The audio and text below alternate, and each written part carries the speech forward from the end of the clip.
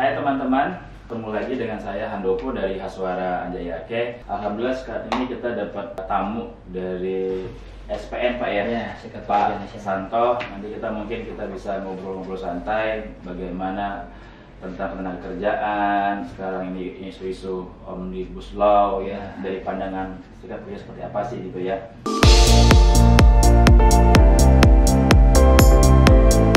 Kalau menurut Bapak ya, Omnibus Law itu apa Pak bagi serikat pekerja itu gimana? Sebenarnya kalau Omnibus Law-nya sendiri kan pemerintah tuh berusaha menyederhanakan kebijakan. Jadi dia birokrasi seperti perizinan dan segala macam itu diintegralkan dalam satu aturan kan begitu. Cuman yang jadi permasalahan ini banyak pasal-pasal atau kebijakan yang masuk ke dalam Omnibus Law itu kan ada 11 klaster nih. Itu ada tumbang tindih satu dengan yang lain dan ada bertolak belakang dengan undang-undang sebelumnya gitu. Kalau kita emang melihat di klaster ketenagakerjaan sendiri banyak hal yang dirubah dalam Undang-Undang Nomor 13 tersebut. Dan ini yang sebenarnya jadi concernnya teman-teman di serikat pekerja karena menganggap bahwa perubahan dalam Omnibus Law RUU Cipta Kerja ini banyak merugikan kepentingan dari para pekerja. Dampak utamanya apa tuh Pak ketika ini disahkan? Ya dampaknya kan kita melihat bahwa Omnibus Law itu salah satunya adalah menghilangkan kepastian status kerja, status pekerja gitu ya. Job security-nya itu yang jadi dihilangkan karena dalam Omnibus Law RUU Cipta Kerja ini salah satunya adalah memperluas masalah outsourcing. Pekerja kontrak itu diperluas, waktunya juga jadi tidak terbatas. Kalau di Undang-Undang 13 kan dia terbatas untuk 3 kali ya, 3 tahun ya. Dikuatkan lagi dengan Kepmen 100 itu. Tapi Omnibus Law ini tidak ada. Dan yang jadi lebih miris itu kontraknya bisa pendek gitu. Bisa sebulan, bisa 3 bulan.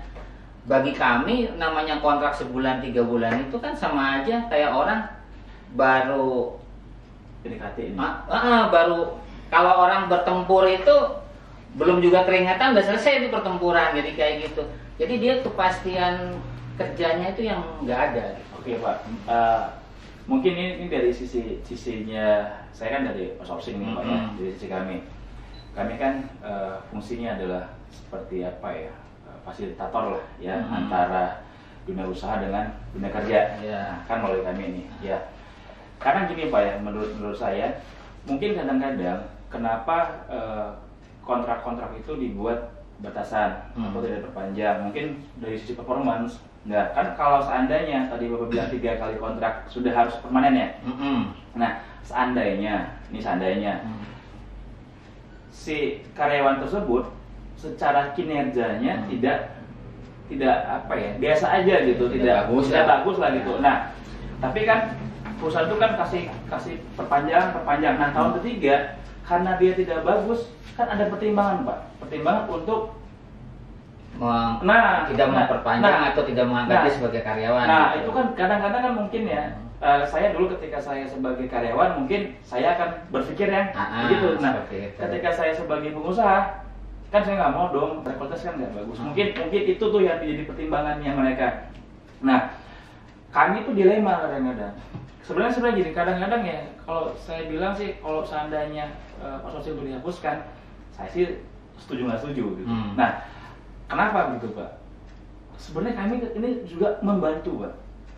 Kalau menurut saya nih kan pengangguran nih, ya mereka bingung nih cari segala macam. Sementara perusahaan itu nggak berani langsung, karena kalau mereka langsung kan under kontrak gitu ya. Jadi ketika ada apa segala macam pasti mereka malah tambah berat. Nah kan jadi mereka melalui kami, kalau istilahnya tuh my problem become a problem lah. Nah mungkin itu Pak yang di pandangannya si perusahaan-perusahaan seperti itu gitu. Nah terkait itu Pak, seandainya nih gini, usaha SPN itu seandainya ada anggotanya yang ternyata sudah 3 kali kontrak tidak diangkat, itu gimana Pak? Apa tindakannya Pak? Ya sebelum ke pekerja yang sudah dikontrak 3 kali terus nggak diangkat, saya mau nyolotin dulu masalah outsourcing dengan PKWT. Ya, betul. Sebenarnya gini, rekrutan itu kan sebenarnya perusahaan pun bisa melakukan perekrutan dengan PKWT. Ya. Perjanjian kontrak-kontrak tertentu ya. Itu bisa dilakukan oleh perusahaan. Sebenarnya kan kalau kita melihat ke Undang-Undang 13 itu kan ada pembatasan tuh di outsourcing tuh. Iya, betul. Yang ini sebenarnya tuh jadi apa ya? Jadi perdebatan tersendiri bagi teman-teman serikat pekerja gitu. Karena sebenarnya kalau emang mau di outsourcing itu kan tidak bisa dibatasi. Akhirnya kan sekarang kan malprakteknya kan banyak terjadi. Nah, tidak hanya driver. Sekarang malah di BUMN pun banyak yang outsourcing. Mereka tuh mengakalin judulnya bukan ini, tapi pada pelaksanaannya adalah outsourcing sebenarnya. Nah, notabene-nya itu kan punya pemerintah, dia yang bikin kebijakan, dia sendiri yang mengakali kebijakan itu. Nah, itu bagaimana, Pak? Makanya kan kita tuh dari awal kan kalau memang mau outsource itu tidak bisa dibatasi. Karena akan seperti ini. Ya, mendingan jangan, kan sekarang tuh ya security. Ya. Nyatanya semuanya akhirnya banyak yang jadi outsource. Ya, mungkin kalau saya salah tolong dikoreksi. Pertamina pakai. Ya. Bank BUMN pakai. Nah, jadi malah yang mereka pakai itu bukan hanya security, ada yang sebagai jadi di core bisnis mereka masuk. Nah, ini yang sebenarnya tuh kita tentang dari awal tuh di situ. Kalau emang di outsource aja semua. Berarti kembali ke awalnya dulu ya. Nggak bisa dibatasin, karena kalaupun dibatasin akan terjadi penyelewengan dalam pelaksanaannya. Nah itu, kalau emang mau dilarang sekalian, seperti itu kan. Tapi gini, sebenarnya ini emang jadi debatable ya. Bagi SPN sendiri, kita melihat bahwa outsource itu tidak hanya antara pekerja dengan suatu perusahaan. Misalnya saya bekerja di perusahaan sini misalnya. Tetapi juga outsource itu sebenarnya bisa terjadi antara perusahaan dengan perusahaan. Contohnya misalnya kalau di kita itu kan sektornya TGSL ya.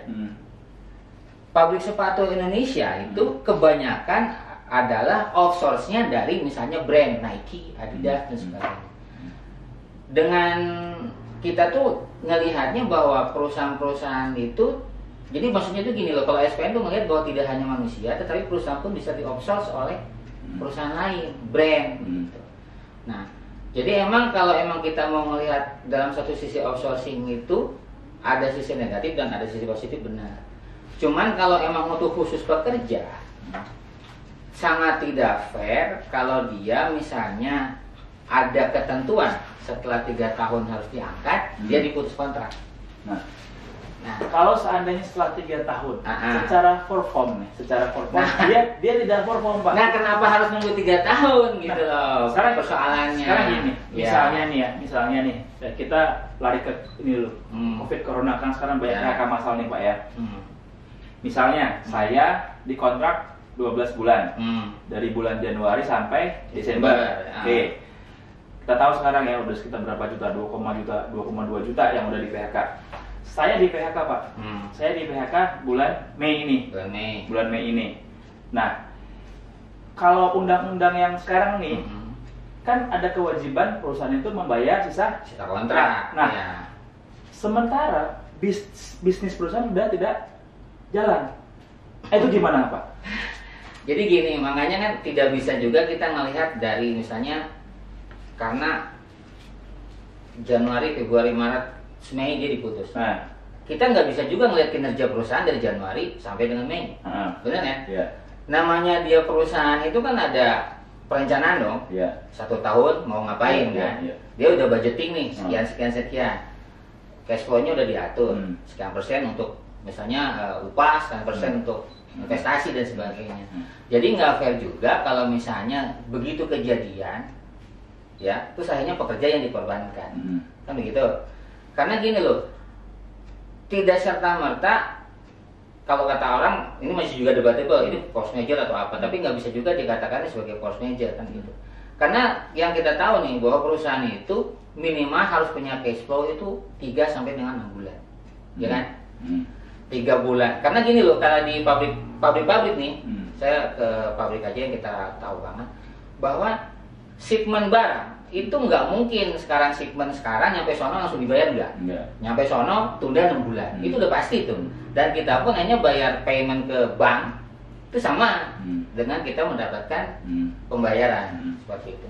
Jadi nggak bisa juga misalnya dengan kayak pandemik ini terus akhirnya buruh yang atau pekerja yang dikorbankan, nggak bisa begitu, nggak fair namanya gitu.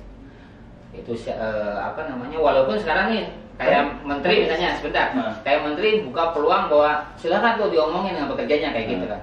Tetapi kan harus diingat bahwa ketika seorang pekerja bertemu dengan perusahaan, jangankan pekerja lah, serikat pekerja aja, itu belum tentu dia setara loh dalam suatu perundingan, ya kan? Itu kita ngomong kenyataannya, tidak mesti setara dia dalam perundingan. Seringkali pekerja itu di bawah tekanan dalam melakukan suatu perundingan, kan gitu. Makanya kita butuh suatu regulasi yang bisa menjamin kepastian dia kerja, job security, kepastian penghasilan dia, dan kepastian jaminan sosial dia, kayak gitu. Jadi emang harus ada batasan orang itu, misalnya outsource mau berapa tahun, mau PKWT berapa tahun, terus ada kejelasan. Kalau emang dia misalnya dalam waktu setahun nih dilihat performanya nggak oke, ya kenapa nggak diputus aja gitu? Daripada nanti dia ketemu regulasi yang 3 tahun dia harus diangkat sebagai pekerja. Nah ini menarik. Nah ketika tadi kan Bapak bilang ketika dia performanya tidak oke, ya misalnya tadi dia kontrak 1 tahun, ketemu nih 3 bulan masa training segala macam Pak. Nah di-cut Pak di bulan keempat karena tidak oke tadi. Sementara kontraknya setahun. Nah, apakah itu akan dituntut sisa kontraknya atau gimana? Sementara kalau dia bilang, kan dia nggak oke nih. Secara disiplin kurang, kinerjanya kurang dibandingkan yang lain gitu ya, ya kan? Kan pasti kan setiap bapak pun saya yakin kalau bapak punya usaha, pengennya di kantor nih misalnya, ada yang datang telat, dur segala macam, ada yang rajin, dibayar sama. Fair nggak Pak? Nggak fair dong. Kan pasti kan kita berusaha cari yang baru. Nah, kontrak diputus. Tapi dia masih ada setahun. Dia nuntut nih, dia melapor ke serikat pekerja. Begini. Nah, bagaimana SPN sebagai serikatnya menyikapi? Apakah tetap menuntut ke perusahaan sementara pada kenyataannya secara performan dan disiplin segala macam ini pekerja memang kurang gitu? Itu gimana?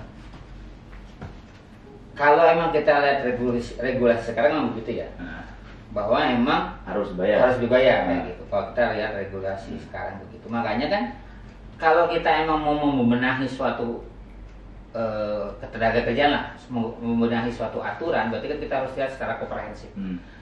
Zamannya sebelum ada PKWT, itu kan pekerja itu biasanya dia training 3 bulan, dengan pokoknya training dulu lah sebelum dia jadi karyawan tuh dia training dulu 3 bulan. Nah, dalam 3 bulan itu perusahaan boleh memutuskan dia dipakai atau tidak. Itu fair itu 3 bulan. Nah, langsung diangkat atau enggak. Sekarang nggak begitu kan? Sekarang nggak begitu. Nah, berarti kan ini ada regulasi yang emang harus kita perbaiki kan begitu. Cuman gini loh, Mas ya. Kalau kita ngelihat bahwa misalnya ada pilihan kontrak pendek atau kontrak pendek dan kontrak panjang, itu sebenarnya sama-sama tidak bagus kalau bagi suatu ada plus minusnya lah. Kalau misalnya dia kontrak pendek, kalau dianya pekerjaannya bagus, kan perusahaan juga kan ribet tuh. Nah, tetapi bagi pekerja juga kan ada suatu sisi bahwa dia tidak mendapatkan jaminan. Walaupun dia kerja bagus 3 bulan nih, was-was lah dia. Ya, karena gini loh, kadang-kadang di kita itu tidak hanya masalah objektivitas, tapi kan subjektivitas suka masuk di situ. Nah, di sisi lain kalau misalnya kontrak panjang, pekerjaannya mungkin dalam tanda kutip dia lebih aman, karena dia bisa ngitung masa misalnya kontrak setahun misalnya. Nah, tetapi di sisi lain, kalau misalnya dia tidak bagus, ya kan, perusahaan kan bisa saja dia melakukan misalnya mengasih peringatan, apa istilahnya itu ya, judgement lah ya, bahwa dia kinerjanya kurang baik, kan seperti itu. Makanya penting sekali kan akhirnya ada namanya kita itu kan kalau bagi pekerja itu yang mengatur agar pekerja yang datang rajin dan yang tidak rajin itu kan harus diatur nih dalam suatu struktur skala upah misalnya. Disitulah nanti bahwa kalau kamu rajin ini loh lebihnya. Kalau kamu enggak, ya udah lo tunggu sampai selesai kontrak kan begitu kan bisa. Di situ diatur oleh manajemen perusahaan. Kan seperti itu. Berarti tadi kalau saya ulang Pak soal dikoreksi, seandainya dia tidak perform, ya perform aja. Apakah gajinya tetap atau diubah? Nah, itu. Di kita itu Undang-Undang 13 ada satu pasal yang menyebutkan bahwa upah pekerja tidak boleh di bawah upah minimum. Benar kan? Betul. Makanya yang ada adalah peringatan dan punishment kan seperti itu. Peringatan secara tertulis. Lisan dulu. Lisan, tertulis. 3 kali. Iya. Dia punya rentang kontrak 7 bulan. Lisan, saya panggil nih. Tolong dong kamu bawa masuk jam. Ya, saya tunggu kamu sebulan. Enggak juga, telat. Mas-malasan daripada yang lain. SP turun. Iya. Masih juga gitu. 2 turun, 3 turun. Nah, sementara kontraknya masih 4 bulan. SP3 nih Pak, apakah mau nggak mau kan kalau namanya dari zaman saya masih TK, walaupun saya nggak TK sebenarnya Pak. Saya nulis deh Pak. Puasa nih buat. Jadi SP itu ketika udah SP3, kalau sekolah kan kita masuk ke ruang BP, SP3 pindah sekolah dong. Iya, betul dong ya kan. Nah, di dalam perusahaan ketika dia sudah di SP3, kalau dia nggak dikeluarkan, perusahaan itu akan kalah sama karyawan. Nah ini loh. Nah itu gimana? Sebenarnya kan masih ada loh. Enggak, di SP3 itu masih ada satu tahap lagi. Apa tuh? Skorsing. Nah, skorsing. Dirumahkan. Tapi tetap dibayarkan. Tapi kan dia istilahnya itu kan kalau skorsing itu kan bisa tidak 100%. Ya kan skorsing itu. Karena itu adalah suatu untuk mendidik karyawan ya, suatu tahapan untuk mendidik karyawan, walaupun biasanya perusahaan yang setelah melakukan skorsing biasanya langsung berujungnya ke PHK. Nah itu dia tetap ujung-ujungnya endingnya PHK. PHK dituntut sisa kontraknya. Itu bagaimana Pak? Sementara secara kinerja dia kurang gitu kan, tapi kalau di perusahaan dituntut sama serikat harus membayar sisa kontrak, dari sisi Bapak gimana Pak? Ya itu kan jadi dilematis ya. Karena kan gini loh, regulasi kita itu sekarang tidak mengatur yang namanya sebenarnya itu kontrak pendek kan tidak diatur sebenarnya. Karena kita tuh tidak menyebut juga dengan pasti kontrak itu sebulan, 3 bulan, 6 bulan, setahun, ya kan. Tetapi yang disebut ada maksimal 2 tahun plus 1 tahun. Nah, itu kan yang jadi space-nya di situ. Kalau saya sih sebagai SPN nih, SPN pasti kan mendukung tuh hak-hak tenaga kerja dong. Pasti kan. Tapi dari sisi pengusahanya, makanya kan gini, kan untuk training perusahaan itu kan menjadi kewajiban dari perusahaan, ya kan, untuk selalu meningkatkan dari kemampuan sumber dayanya manusianya nih. Itu adalah emang kewajiban dari perusahaan. Ya sejauh ini yang bisa kita dorong adalah bagaimana sih perusahaan itu mengoptimalkan sumber daya yang ada kan seperti itu. Cuman kan ini lagi punishment-nya yang diatur dalam undang-undang adalah peringatan lisan tertulis sampai 3 kali, skorsing baru PHK. Nah PHK ketika mereka menerima nggak secara aturan sudah tahap-tahapan sudah dilewati. Ini yang jadi persoalan itu kan gini, bagi pekerja outsourcing itu kan dia kan terikat kontrak, benar kan? PKWT sepanjang dia tidak lewat 3 tahun, dia sebenarnya tuh masih dalam posisi yang sebenarnya rentan. Nah, jadi kita lihat dulu nih, kalau kita ngomongin PHK, tetapi bagi karyawan PKWTT atau karyawan tetap, itu PHK adalah hal yang harus mutlak. Nah, kan? Kalau itu saya paham. Tapi yang outsourcing ini. Nah, yang outsourcing memang gini. Gimana Pak? Makanya kan outsourcing itu kan pengaturannya kan tidak begitu jelas ya. Jelas. Terang aja, tidak begitu jelas masalah. Akan kalau kita bicara hukum di Indonesia tuh abu-abu ya. Ya makanya kan.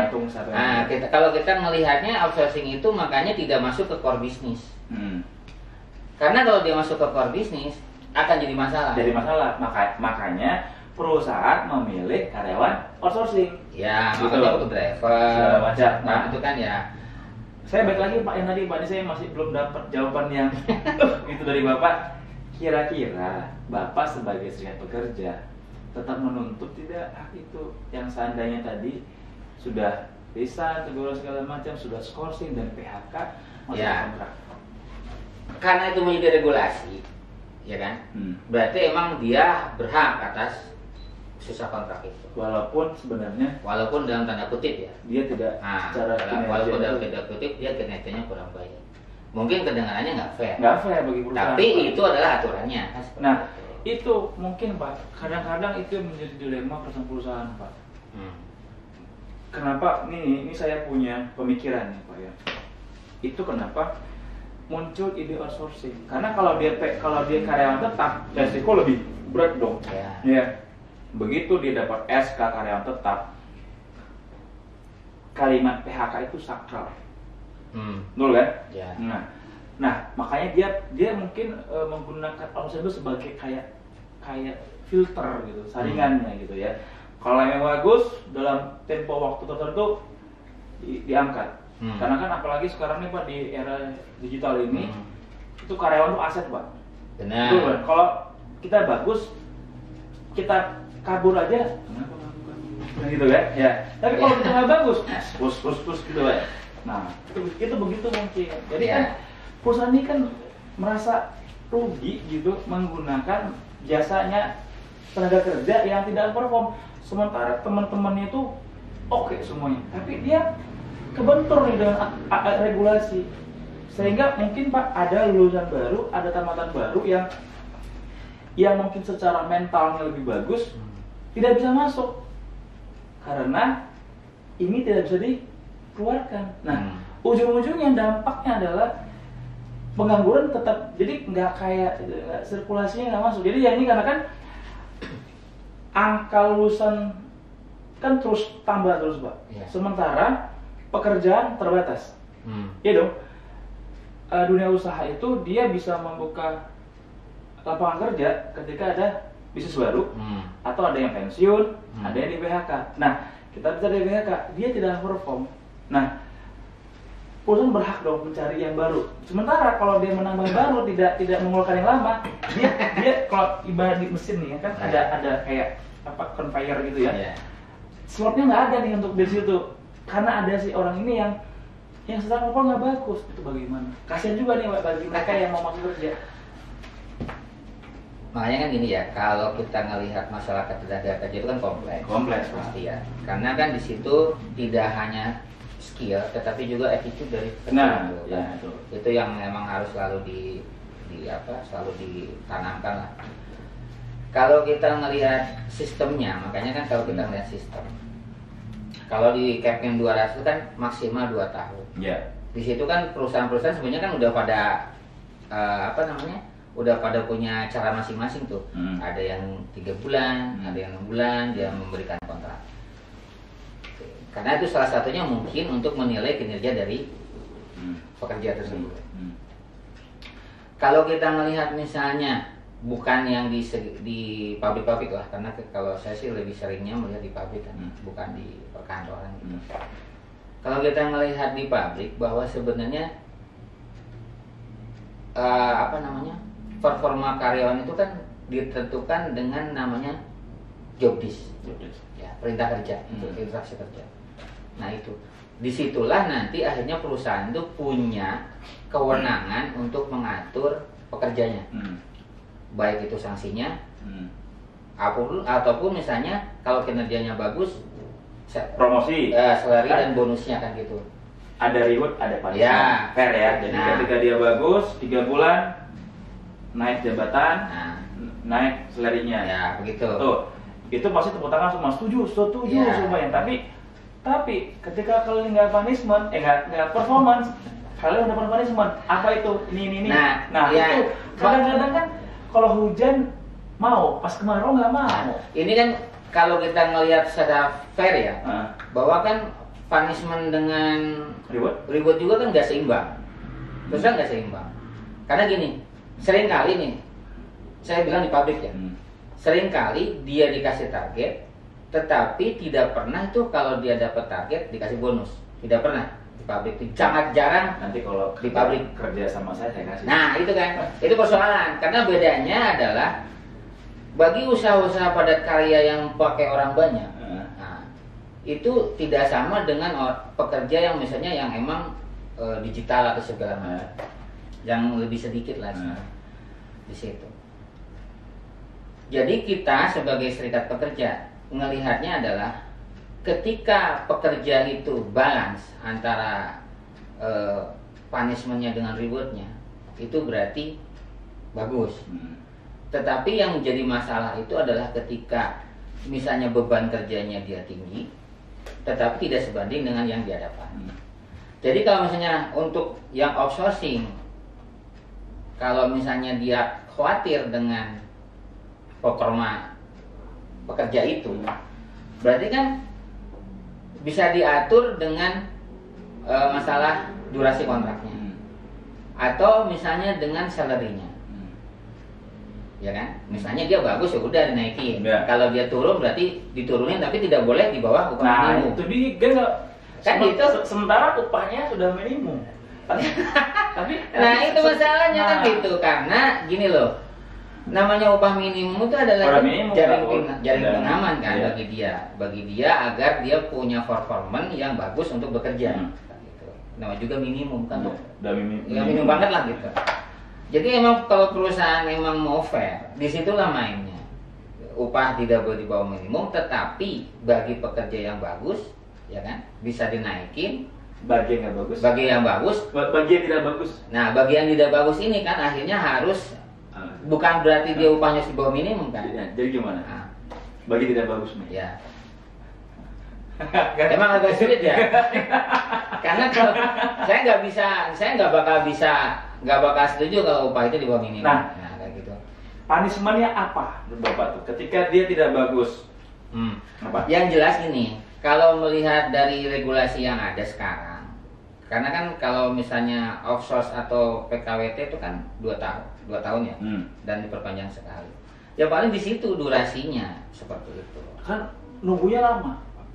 Apanya? Dia misalnya kontraknya setahun, sementara dia udah nggak bagusnya dari 4 bulan udah nggak bagus. Nah nunggunya lama banget. Enggak gini, kalau durasi kontrak itu kan tidak harus langsung 1 tahun loh. Kalau untuk yang outsource, kalau saya nih, pelaksanaannya outsource biasanya kadang-kadang nih, seringkali di daerah Bekasi itu dia 3 bulan. Malah di Tangerang itu outsource itu ada yang 1 bulan.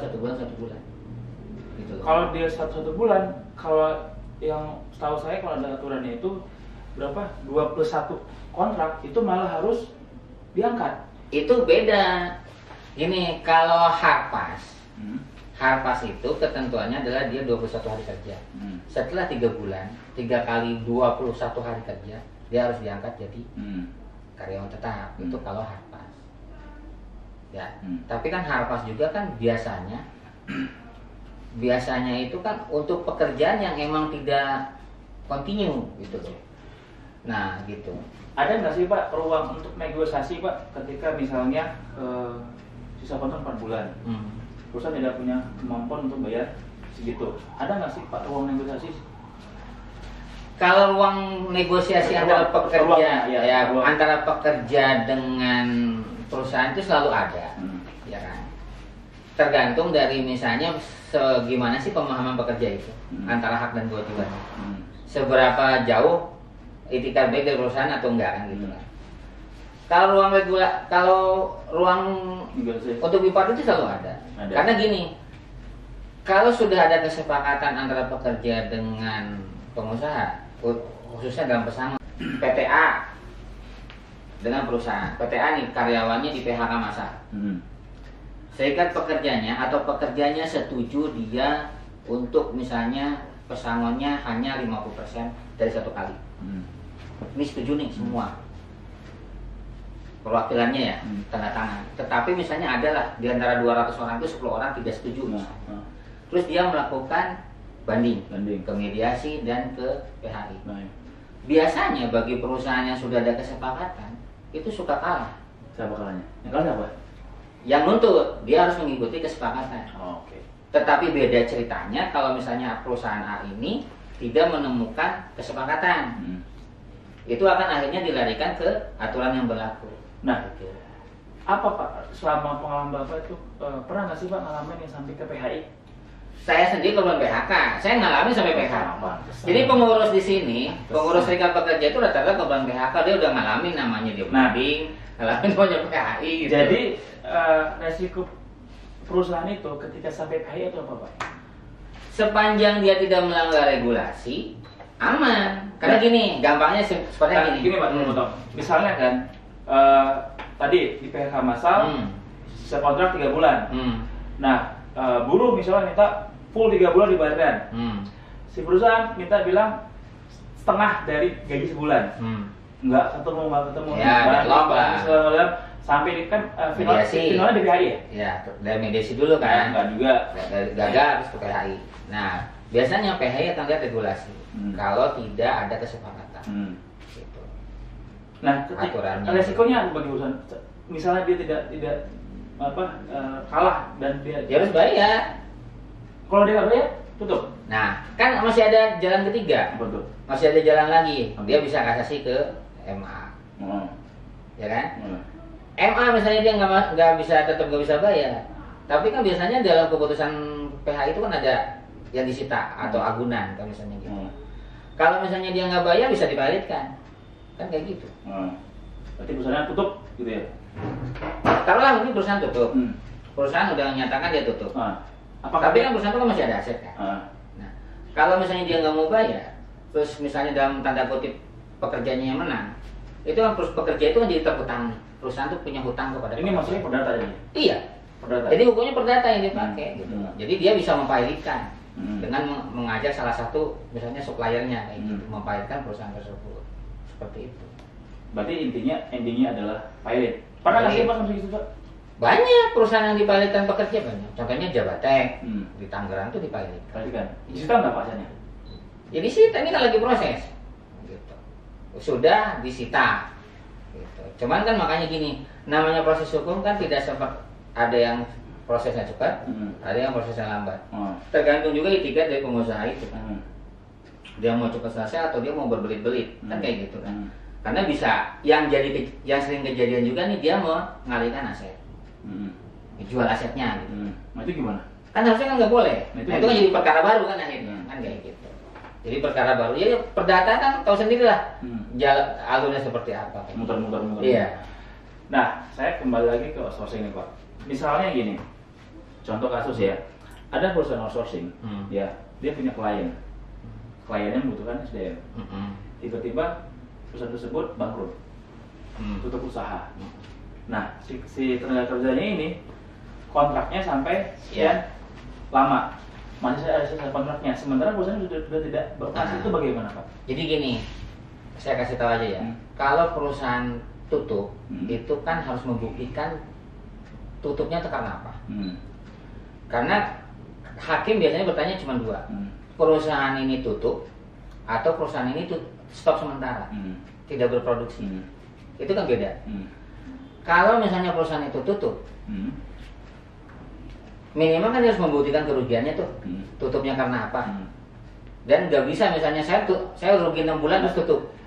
Itu tanggung jawabnya kan kontraknya tuh di perusahaan outsourcingnya Pak. Nah tanggung jawabnya itu ya si tenaga kerja itu menuntut ke outsourcing atau ke perusahaan outsourcing pun bisa menuntut perusahaan yang memperkerjakan. Caranya?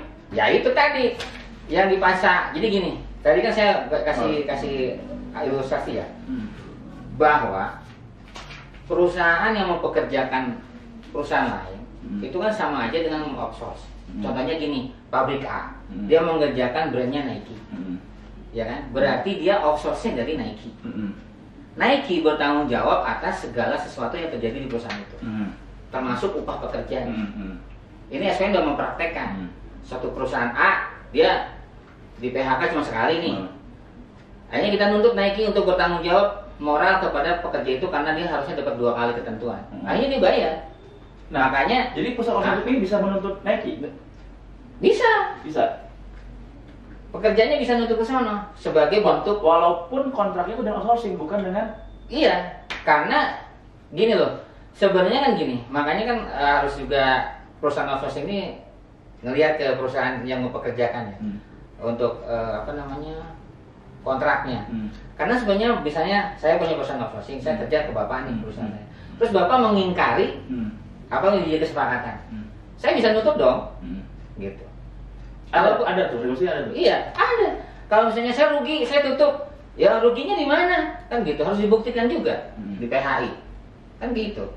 Makanya outsource juga sebenarnya itu tidak serta-merta bisa lepas tangan, enggak. Karena kan gini, karena kontraknya itu dengan outsourcing, jadi si tenaga kerja itu menuntutnya ke outsourcing, bukan ke itu gimana pandangan Bapak? Ya itu emang benar begitu, karena dia kan tidak kerja langsung ke sana. Nah sementara kan perusahaan ini juga outsourcing juga korban juga. Ya, tapi ya kalau kita nih yang kalau baca pasal ini ya, sebenarnya di pasal ini mau dihapus yang soal outsourcing. Nanti ya Omnibus Law ini mau dihapus. Pasal yang 6 berapa ya? 64. Nah, kalau misalnya dia itu tahu siapa yang mempekerjakan perusahaannya, misalnya saya perusahaan outsourcing A, tetapi dialidayakan di perusahaan B misalnya. Jadi yang B yang mempekerjakan. Tetapi kan yang jadi kontraknya kan tetap di perusahaan A. Tetapi tahu nih B yang mempekerjakan. Jadi secara hukum bisa juga nuntut B. Kalau misalnya B ini ingkar janji, kan gitu. Cuman kan yang biasanya yang terjadi di outsourcing kan nggak begitu. Biasanya tuh yang terjadi di outsourcing ini misalnya perusahaan B, saya nggak mau pakai itu. Alasannya kadang-kadang aneh-aneh ya. Saya nggak suka misalnya lihat mukanya gitu. Saya nggak mau orang itu lagi masuk ke sini. Ada juga yang seperti itu. Makanya penting juga di perusahaan outsourcing bagaimana sih ngelindungin yang dikaryakan di perusahaan lain itu gitu. Kayak gitu.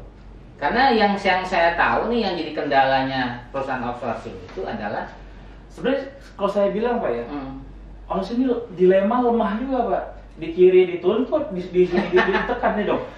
Kami kalau misalnya SDM tidak bagus ditekan sama pengguna jasa. Tapi di sini nggak bisa. Kalau mau dipapain ada regulasi. Iya, nah, kan perjanjian kan gitu. Jadi kan jadi lemah. Sementara Pak di PKWT itu misalnya di PKWT ada bunyi misalnya apabila misalnya sales nih yang berhubungan dengan target tidak mencapai target maka akan diberhentikan. Nah sudah ada nih Pak di kontrak segala macam, tapi ketika diberhentikan menuntut tadi pakai pasal 2 itu yang regulasi yang harus membayar itu tidak bisa diberhentikan. Nah begitu tuh. Nah sementara dari si jasa dia bilang nggak perform. Iya. Nah itu gimana? Makanya kan sebenarnya gini, kalau outsourcing itu kan banyak prakteknya yang nggak sesuai dengan aturan sebenarnya. Persoalannya kayak gitu. Kenapa PKWT itu lebih mudah? Karena internal antara perusahaan dengan karyawan di pabrik itu sendiri, di perusahaan itu sendiri. Ya. Sedangkan outsourcing itu melibatkan pihak ketiga, itu perusahaan outsourcing itu kan. Ini yang akan jadi dilema sebenarnya. Makanya kalau kita sih kan, kenapa sih outsource itu tidak boleh masuk ke core bisnis? Salah satunya itu kan. Terus keduanya kalau misalnya untuk menghindari seperti itu, berarti kan perjanjian antara perusahaan outsource dengan yang mempergunakan jasa itu yang harus benar-benar kuat gitu. Tidak boleh misalnya karena sesuatu hal akhirnya pekerja itu ditolak misalnya kan. Saya harusnya masuk karena misalnya saya menyinggung seseorang di situ, terus saya nggak boleh kerja di situ. Itu yang emang harus perjanjiannya itu yang harus dikuatkan gitu antara perusahaan outsource dengan penggunanya. Karena regulasinya emang seperti itu kan gitu. Jadi semuanya kan berdasarkan perjanjian, ya kan. Dan apabila misalnya pekerja itu tidak mendapatkan apa yang menjadi haknya, dia bisa boleh menuntut sesuai dengan perjanjian tersebut, ya kan. Kontrak masih ada sisa kontrak harus dibayar. Begitu kan perjanjian. Ya, bukan perjanjian, kalau perjanjian kalau masing-masing kan pasti beda-beda. Itu yang aturan ya. kerja. Aturan. Nah, jadi ketika itu ada aturan, tapi pasti masih ada ruang ya untuk negosiasi. Ruang itu selalu ada. Ada ya. Ruang itu selalu ada. Nah itu tadi, ruang itu kan akhirnya tergantung dari tiket baik masing-masing. Dan tergantung dari pemahamannya masing-masing. Kan, gitu. Karena kan bisa saja orang yang misalnya dia tahu, dia akan menuntut hal yang pasti kan gitu. Saya nggak mau kalau nggak segitu. Nah itu ya kan. Nah peran SPN gimana Pak? Apakah memudahkan, misalnya udah kita negosiasi aja, tidak harus yang sesuai dengan. Sebenarnya kalau serikat pekerja itu kan hanya membantu. Seringkali malah kita itu dalam tanda kutip ya dihianati oleh anggota kita sebenarnya, seringnya. Dia di bawah meja gitu ya? Seringnya malah begitu. Tahu-tahu dia udah sepakat, malah seringnya begitu. Jadi sebenarnya ya itu tadi. Misalnya gini Pak, mereka udah sepakat tuh di under table. Nah, SPN tuh masih bisa naikin lagi nggak Pak kasus itu ke PHI? Tergantung begini. Contoh kasusnya misalnya gini, kalau misalnya udah kesepakatan, tetapi misalnya perusahaan itu seperti tadi, gampangnya outsource-nya Nike lah, kita masih bisa class action untuk Nike, kayak gitu, atau Under Armour lah atau apa. Tetapi kalau misalnya perusahaannya tidak ada brandnya, itu yang sulit. Oh gitu. Kenapa? Ya. Apa yang mau dituntut ya? Ya itu tadi kita susah kan, misalnya perusahaan ini hanya lokalan, misalnya dia produksi kaos lokal, kita sulit. Sebenarnya? Ya itu tadi masalahnya kan tidak ada perjanjian internasionalnya, tidak ada apa namanya itu code of conduct-nya. Jadi serikat pekerja bisa menuntut kalau perusahaan-perusahaan itu emang ada code of conduct-nya, seperti Nike, Adidas, dia ada code of conduct. Dia berkomitmen untuk membayar apa yang menjadi hak-hak pekerja. Dia punya etikat di situ. Jadi kalau misalnya perusahaan outsource-nya yang di Indonesia ini melanggar, karena pasti bermain sih, nggak semuanya, nggak semuanya jahat ya. Ada juga perusahaan yang memang benar. Tapi kebanyakan emang dia suka bermain. Walaupun dia tahu dia harusnya 2 atau ya 2 lah, dia suka nawar gitu. Kalau kita emang itu kalau misalnya kontraknya, atau saya ulang lagi Bang, kalau kontraknya 4 bulan, dia harus bayar sisa kontrak atau 2 kali gaji atau 1 kali gaji Bos? Kalau untuk outsource itu biasanya itu hanya sisa kontrak. Kalau PKWT. Wah, misal kontraknya 6 bulan berarti dikali gaji 6 bulan? Iya. Bukan gaji sekali? Enggak. Malah lebih tinggi ya? Aturannya memang seperti itu. Jadi kalau misalnya sisa kontrak, misalnya saya di kontrak 6 bulan, saya kerja baru 2 bulan, sisa kontrak kan 4 bulan nih.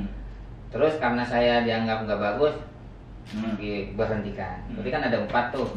Nah itu yang bisa dituntut seperti itu. Jadi bukan apa kalau karena tetap aja kalau di PK segala macam, kalau saya salah dikoreksi ya, dibayar 1 bulan. Kalau kurang dari setahun itu dibayar sekali gaji. Terus kalau lebih dari setahun dibayar 2 kali gaji. Enggak. Susah kontrak. Kalau makanya kan beda antara karyawan tetap dengan PKWT, kan bedanya di situ. Kalau PKWT hanya kontrak. Tetapi kalau karyawan tetap itu kan ada ketentuan di pasal 156 tuh. Yang minimalnya adalah 9 kali gaji. Iya. Betul. Oh, kalau yang PKWT seperti itu. Dan sangat jarang sih yang PKWT setahun di kita itu. Biasanya kan dia udah lewat dulu PKWT 3 tahun. Ini mungkin Pak, kenapa ada omnibus law? Serem Pak perusahaan Pak. Mungkin ini curahan hati dari. Sebenarnya gini, kalau bagi pekerja itu yang penting itu tadi 3, yaitu job security, income security dan social security-nya. Itu yang penting sebenarnya kan gitu. Kalau misalnya kita ngeliat omnibus law itu kan emang seperti misalnya pasal pesangon kan bukan hilang, diturunin separuh kan, nggak ada 2 kali ketentuan. Tetapi yang ada sekarang itu sebenarnya di Undang-Undang 13 pun walaupun dia 2 kali itu tidak pasti karena dia akhirnya jadi perdata. ya kan, seperti itu. Kalau ujung-ujungnya kasus PHI yang berhubungan dengan ini ujungnya perdata Pak ya? Perdata. Kecuali misalnya dia membayar di bawah upah minimum. Nah itu pidana pasti itu. Oke, berarti kalau seandainya ada perusahaan mau baik itu outsourcing atau perusahaan inti yang tidak menggunakan outsourcing dengan karyawan, ketika ada masalah sudah melalui berbagai macam proses sampai akhirnya PHI, itu ujung-ujungnya adalah perdata. Seandainya ada nggak sih Pak kalah itu dari pihak serikat atau karyawan? Banyak, nggak selamatan juga pekerja itu menang tuh, nggak juga. Nah ketika kalah apa? Ya pembuktiannya. Ya kalau dampaknya dia kan masih bisa banding. Kalau misalnya bandingnya kalah ya sudah, mau ngapain lagi? Berarti dia harus nerima apa yang sudah ditawarkan kan, seperti itu. Karena gini, biasanya kan pertama itu kalau misalnya kasusnya pesangon itu kan sudah lewat mediasi nih. Mediasi misalnya menyatakan dia kamu dapat upah 5 bulan misalnya. Dia nggak terima. Saya pengen misalnya 10 kali upah misalnya. Naiklah dia ke PHI. Nanti hakim memutuskan misalnya kamu hanya berhak 2 kali upah misalnya, lebih rendah dari mediasi, ya harus nerima itu. Dia banding, kalau misalnya nggak nerima, banding ke MA. Nanti dia keputusan MA itu apakah akan 2, apakah 10, apakah 5 kan gitu. Panjang lagi gitu. Ya tapi emang itu alurnya seperti itu. Bapak pernah sampai ke MA Pak? Iya pernah ke MA. Jadi gitu. Kadang-kadang mediasi itu juga pekerja udah puas. Ada juga yang misalnya anjurannya sekian, udah puas, perusahaan nerima, udah selesai. Tapi ada juga pekerjaannya nggak puas, naik. Atau misalnya perusahaannya yang selama ini pengalaman FPN itu kebanyakannya pekerja itu selalu menuntut yang full atau hasil negosiasi. Nah itu kita kalau ngomongin seperti itu kan susah ya, karena harus ada data yang valid lah. Tetapi sebenarnya kasus PHK yang berujung ke PHI itu lebih sedikit dengan yang selesai di bawah meja. Karena itu. Nah, kalau serikat itu sebenarnya pengennya tidak sampai di PHI. Semua sebenarnya pengennya bipartit. Selesai bipartit itu lebih bagus, karena tidak buang-buang waktu, energi dan sebagainya. Tetapi kan ada hal-hal yang nggak boleh dilanggar nih. Regulasi itu yang harus jalan. Kalau misalnya perusahaannya sesuai regulasi, kita nggak pernah ribut. Contohnya misalnya contohnya kayak inilah yang tutup pabrik di Tangerang. Iya. Dia kan ngumumin dengan lantangnya 2 kali. Udah tuh gak bakal ada yang nuntut, mau nuntut apa? Orang udah sesuai ketentuan. Seperti itu. Jadi pekerja juga kalau emang udah sesuai aturannya, serikat pekerja udah mau gimana lagi. Dari PHK dapat 2 kali. Kemarin kemarin. Iya. Nah, tapi misalnya Pak kontraknya masih panjang itu gimana Pak? Itu udah langsung ngegugurin kontrak dia. Kalau misalnya udah 2 kali itu udah hitungannya udah 2 kali gitu. Berarti kalau misalnya mau kontraknya bisa 5 bulan, 7 bulan, dia bilang kita akan bayar 2 kali. Karena gini, kalau misalnya 2 kali itu nanti dia larinya kan ke pasal 156. Ke pasal 156 itu yang dihitung adalah masa kerja dia. Gitu. Jika dia di PHK itu yang dihitung adalah masa kerja dia, bukan status dia, apakah dia outsourcing, apakah dia PKWT, bukan. Tetapi status kerja dia. Nah kalau misalnya kalau dia kerja setahun maka mendapatkan berapa? 156. Ya minimal 1 kali. Kalau dia 1 kali 9 gitu.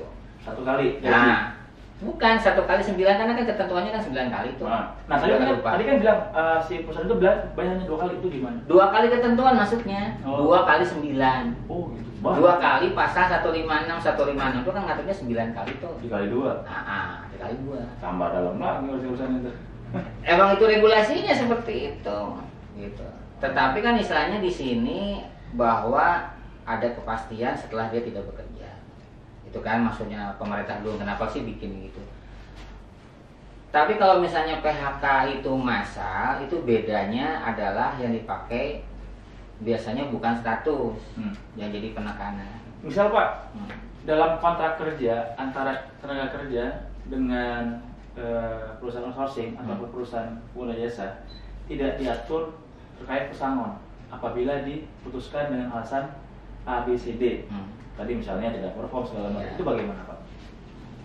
Pakai ditandatangani pakai segala macam, masih bisa nggak sih Pak nuntut Pak? Masih. Walaupun sudah si karyawan sudah sepakat. Karena gini, perjanjian yang tidak sesuai dengan peraturan perundang-undangan yang berlaku batal demi hukum, itu pasti. Bukannya ada istilah lex specialis et generalis, Pak? Ada. Benar. Nah, itu tapi kan gini, ketenagakerjaan ya, kalau misalnya nanti orang itu membawa ke pengadilan, apalagi person to person, orang ke orang, itu lebih ruwet daripada misalnya PHK massal sebenarnya. Karena dilihatnya kasus orang dengan orang, kayak gitu. Jadi misalnya dia di perjanjian itu dia tidak ditulis bahwa dia kan berakhirnya ini karena gini. Gampangnya gini aja deh. Dalam kontrak itu dia tidak ditulis bahwa sisa kontrak akan dibayarkan. Iya, betul. Gampangnya. Seringnya kan begitu. Iya, betul. Tetapi Undang-Undang 13 menyebutkan bahwa dia bisa menuntut upah yang belum dibayarkan. Hakim akan melihatnya ke situ. Bukan isi perjanjian ini. Kan? Walaupun dia dengan sadar menandatangani. Iya, karena dia tahu bahwa perjanjian ini juga cacat hukum sebenarnya. Nah, kenapa mau menandatangani sama si Nah, kan gini. Kalau misalnya ini kadang saya potong, Pak. Ini kadang-kadang yang suka tidak enaknya ketika dia ditawari kerja, siap menerima konsekuensi segala macam, segala macam. Nah, ketika ada masalah, enggak, ini nggak berlaku. Gini loh, kita nggak nutup mata bahwa orang ketika dia butuh kerja, dikasih saran apapun dia akan pasti iya. Ya kan? Tetapi seiring dengan berjalannya waktu, terus juga seiring dengan berjalannya pemahaman dia kan belajar tuh kan, sebagai manusia kan belajar. Dia kan melihat bahwa apa yang saya lakukan ini salah atau tidak, secara hukum kan begitu. Kayak gitu. Dan regulasi pun menyatakan bahwa perjanjian yang tidak sesuai dengan aturan itu batal demi hukum. Ya kan? Kecuali memang tidak diatur. Gitu. Sepanjang itu diatur, dia masih bisa untuk memperkarakan masalah itu, memperselisihkan. Kalau di ketenagakerjaan memperselisihkan. Jadi kalau misalnya perjanjian itu sesuai dengan aturan sih nggak masalah. Nah ini nggak sesuai, tapi kalau nggak sesuai, begitu dia membawa ke Disnaker atau ke PHI itu akan bisa beda kayak gitu. Sesuai dengan rujukannya, yaitu kan kalau udah hakim itu kan rujukannya kan Undang-Undang 13, Undang-Undang 21, Undang-Undang Nomor 4 kan kayak gitu yang dilihat. Misalnya nih Pak, kan ini karena ada corona, covid segala macam, ini tertunda ya? Ya, masih tunda. Selesai nih wabah ini insya Allah. Ya, misalnya disahkan, Omnibus Law disahkan, tapi ada yang lagi berperkara. Gugur nggak sih Pak perkara itu Pak dengan munculnya ini? Ya, biasanya kan kalau undang-undang diterapkan tuh kan ada yang mundur, ada yang maju kan. Ya. Nanti kan kita lihat juga nih, karena dia itu ada di sini itu ada klausul yang dia ada peralihan selama 1 tahun. Oh. Ada peralihan 1 tahun karena ada pasal sweetenersnya kan ini. Jadi dia masih ada peralihan 1 tahun. Jadi masih setahun itu masih bisa tuh. Oke. Jadi menurut Bapak, kira-kira ini bakal disetujui nggak Pak sama DPR? Kalau soal disetujui atau enggak kita nggak bisa inilah ya. Tapi kalau lihat anggarannya semua fraksi kan udah pada setuju. Nah, cuman kan yang menjadi masalah saya Iqbal udah ketemu Jokowi. Kalau Serikat Pekerja kan tetap bahwa undang-undang klaster ketenagakerjaan itu, yang klaster ketenagakerjaan harus dikocok ulang, harus dibahas dari awal. Karena gini, Serikat Pekerja itu bukan anti dengan investment, tidak anti dengan investor. Tetapi Serikat Pekerja itu hanya ingin ada kepastian 3 itu, kepastian itu. Baik-baik satu lagi ya? Iya, kepastian aja itu 3. Jadi jangan sampai juga buruh ini yang dikorbankan, dalam tanda kutip ya. Seperti itu aja sih. Berarti Bapak belum bisa prediksi bagaimana nanti endingnya RUU ini, apakah kan sekarang ini ya pemerintah sebenarnya kan kalau kok kagetan Pak ya, tiba-tiba jadi aja. Nah kayak hari ini tadi malam tuh BPJS tiba-tiba disahkan aja, bukan disahkan, sebenarnya dia mengeluarkan kepres. Iya kepres. Nah kan bisa jadi kan tiba-tiba nggak bilang apa-apa, tiba-tiba jadi aja udah. Ya kan bisa review kan kayak gitu. Panjang lagi ya. Panjang lagi. Karena gini, kalau kita membiarkan hal yang dalam tanda kutip kelulu kan akan berakibat fatal. Contohnya ya outsourcing itu. Sampai sekarang kan jadi masalah terus kan. Nah, menurut Bapak outsourcing ini punya peran penting nggak sih Pak di dunia usaha ini Pak dan dunia tenaga kerja? Kalau kita ngelihat secara internasional ya sebenarnya prakteknya itu udah berjalan yang namanya global supply chain. Itu kasarnya tuh outsourcing sebenarnya. Ya kan? Outsourcing itu pokoknya outsourcing lah dari hulu sampai hilir kan kayak gitu. Jadi sepanjang sesuai koridor itu kan sebenarnya tidak masalah. Tetapi yang jadi permasalahan itu adalah bagaimana sih sistem itu melindungi hak pekerja itu kan kayak gitu. Kalau kita udah lihat pasal yang 65 sama 64 itu bisa tuh mengkaitkan misalnya perusahaan yang di PHK misalnya mengerjakan sebagai vendor mengerjakan apa, kita bisa mengkaitkan itu untuk menuntut pertanggungjawabannya dengan global supply chain itu. Nah, berarti kan perusahaan-perusahaan yang ada juga harus memperkuat perjanjian antara mereka.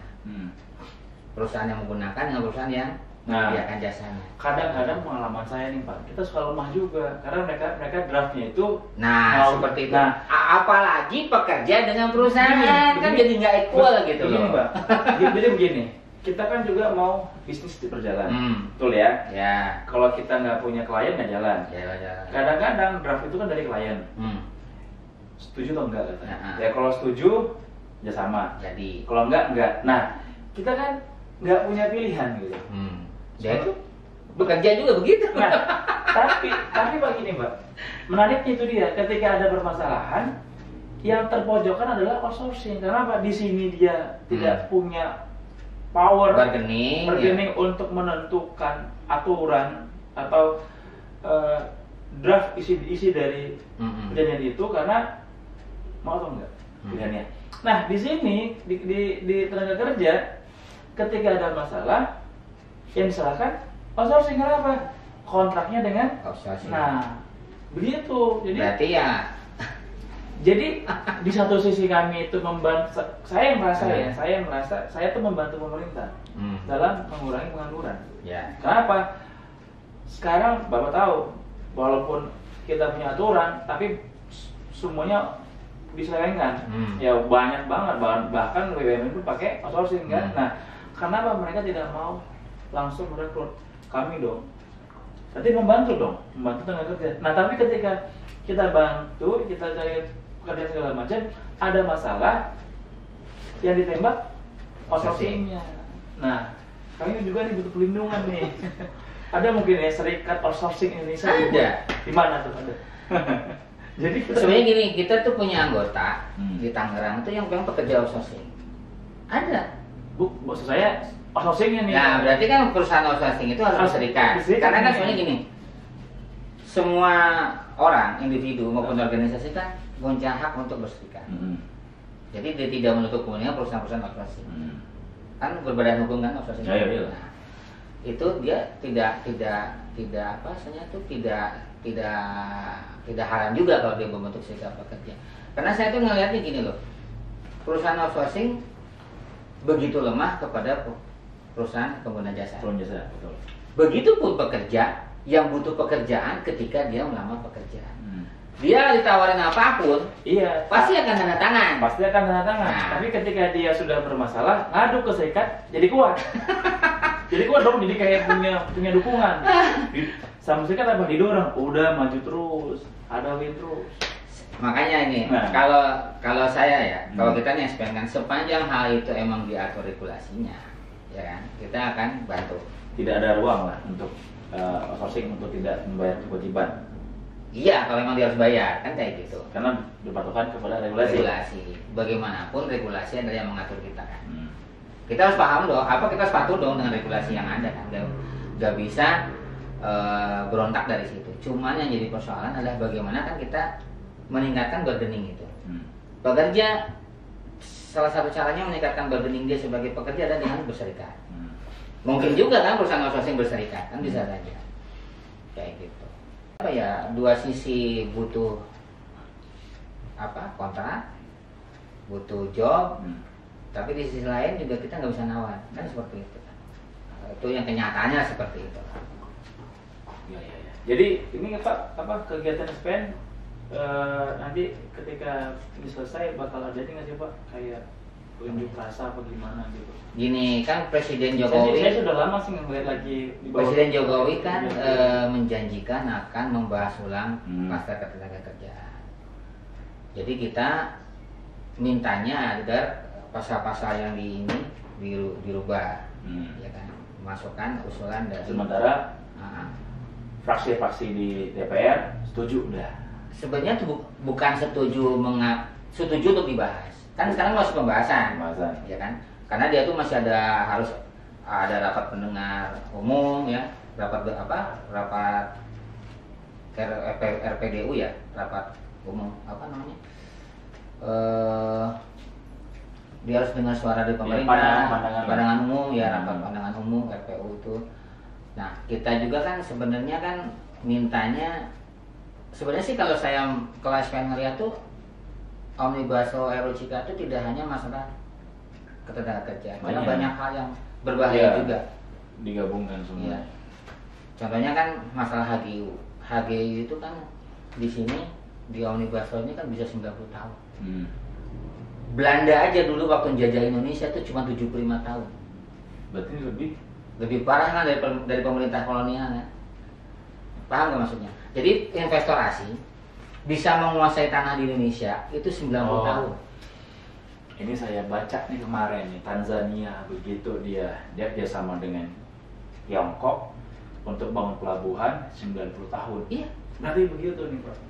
Pemerintah kolonial Belanda dulu nyewa ke raja-raja itu paling lama 75 tahun. Betul. Ini mau lebih parah dari pemerintah kolonial. Saya kemarin juga baca tuh di Tanzania begitu. Jadi dia kerjasama dengan Tiongkok, tapi syaratnya itu dermaga dikelola sama Tiongkok selama 90 tahun. Iya. Tapi ketika ganti presiden dibatalkan.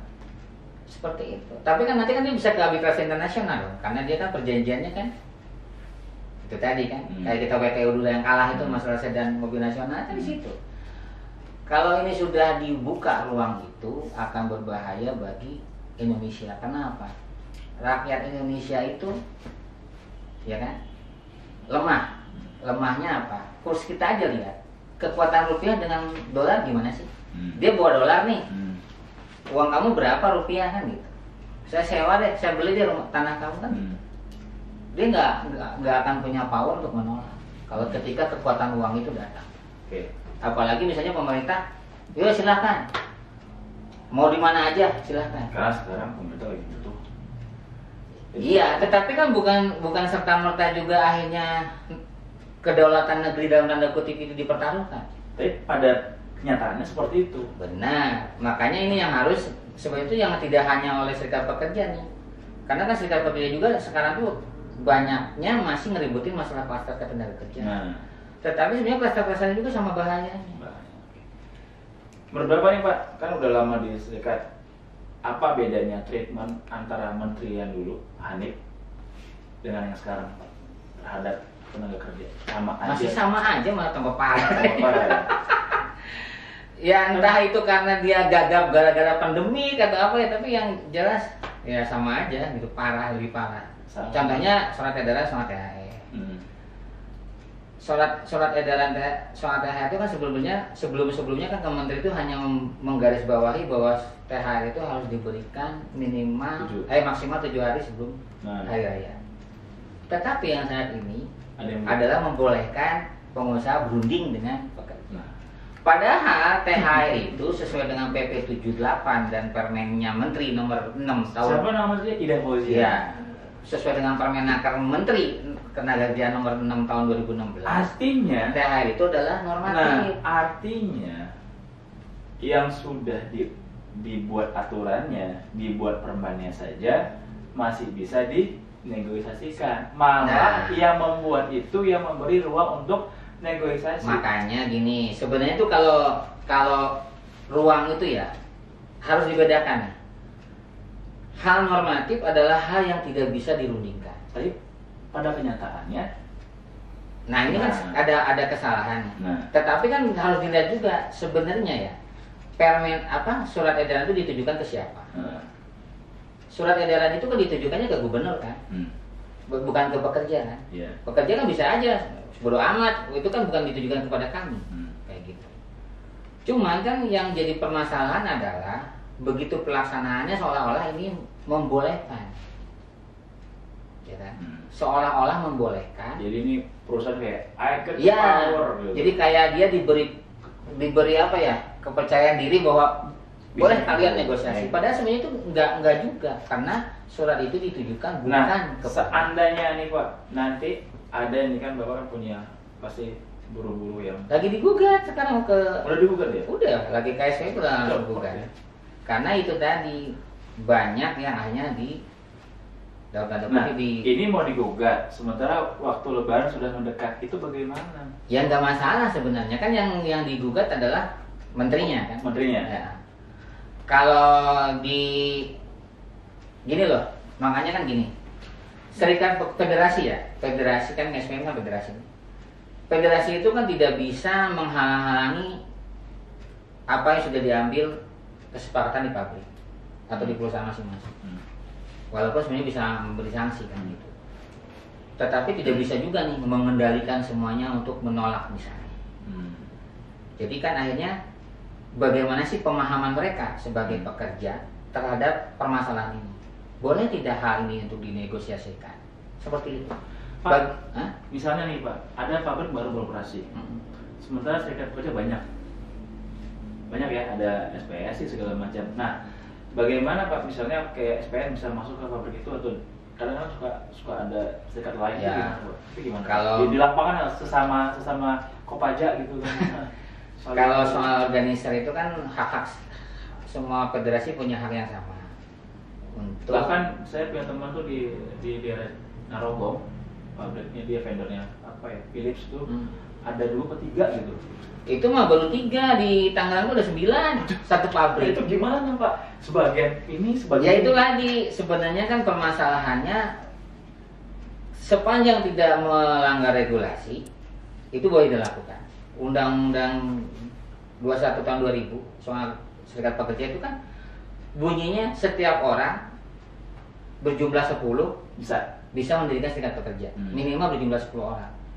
Bayangin kalau misalnya karyawannya 100.000 ya, 10 orang ini berpikiran kayak gitu. Misalnya ada pabrik sepatu apa gitu, dia ada 10 orang, dia pengen ke SPN, dia tinggal hubungi SPN, kalian mau? Iya, nanti dia berafiliasi. Nah, seperti itu. Keuntungannya apa sih Pak kalau udah jadi anggotanya itu Pak? Sebenarnya gini, kalau dia berserikat, satu, dia bisa, kan tugas serikat itu adalah melindungi, ya kan, memperjuangkan, ya kan, memperjuangkan tidak hanya soal kesejahteraan, tetapi juga syarat dan norma lingkungan kerja.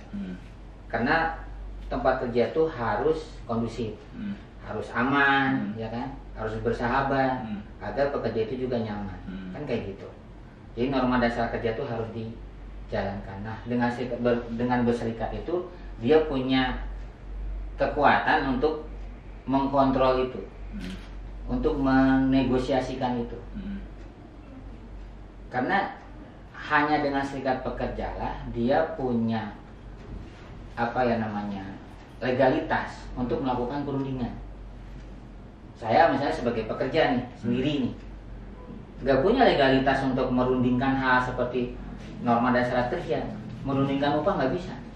Nggak bisa. Jadi misalnya diri sendiri maju ke Disnaker nggak bisa, tanpa ada tempat. Bisa kalau terjadi perselisihan. Tetapi kalau misalnya ketika saya bekerja di perusahaan A, saya misalnya nuntut untuk misalnya agar misalnya minta diberikan vitamin misalnya. Nggak bisa.